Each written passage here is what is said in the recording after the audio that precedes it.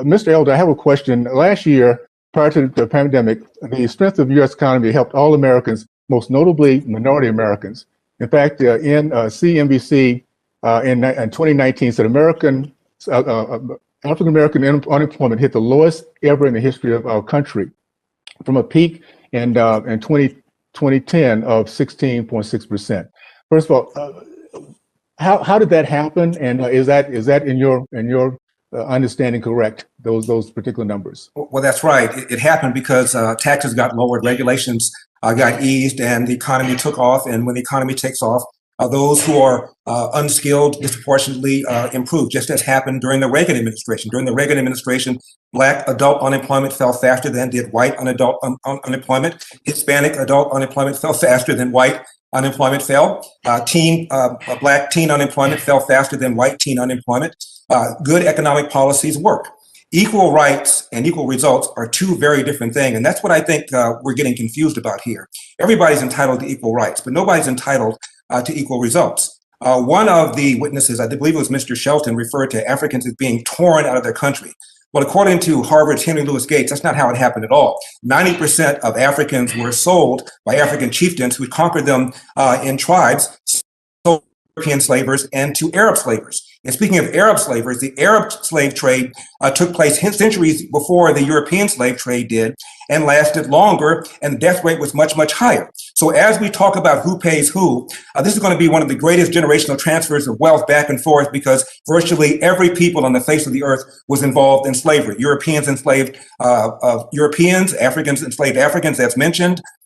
Native Americans even enslaved Native Americans, Asians enslaved Asians. In fact, white Muslim slavers took more whites out of the Mediterranean than European slavers took blacks out of Africa to North America. So figuring out who owes what is going to be a hell of an achievement. Now, I've been in radio and TV for some 35 years. And during that time, I have been unsuccessful in getting some of these Black leaders on my program. Al Sharpton won't come on.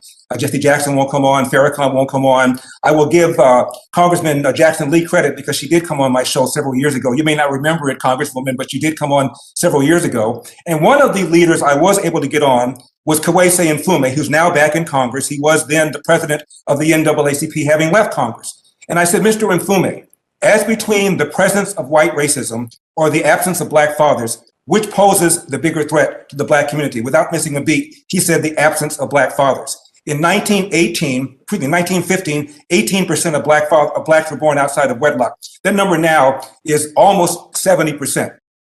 I think most of us would agree that there was greater racism in 1950 than right now. We're not having a discussion about whether or not the welfare state has incentivized women to marry the government and incentivize men to abandon their financial and moral responsibility. And it was Barack Obama who said, a kid raised without a father is 5 times more likely to be poor and commit crime, 9 times more likely to drop out of school, 20 times more likely to end up in jail. Why aren't we having a discussion about the absence of Black fathers and all of the unintended consequences that flow through that? Congressman Owens mentioned the high schools in Baltimore where 0% can do math at grade level. Actually, it's 13 public high schools in Baltimore where 0% of kids can do math at grade level, and another half a dozen where only 1% can. Now, Baltimore is a city where in 2015, Freddie Gray died in police custody, as you know.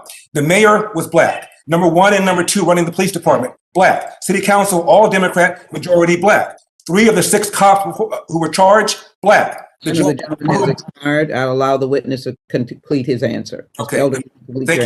Thank you. The judge before whom 2 of the officers tried the case was Black. The state attorney who blocked the charges against the officers was Black. The U.S. attorney was Black, and the president of the United States is Black. And we're talking about systemic institutional racism. To me, it's crazy.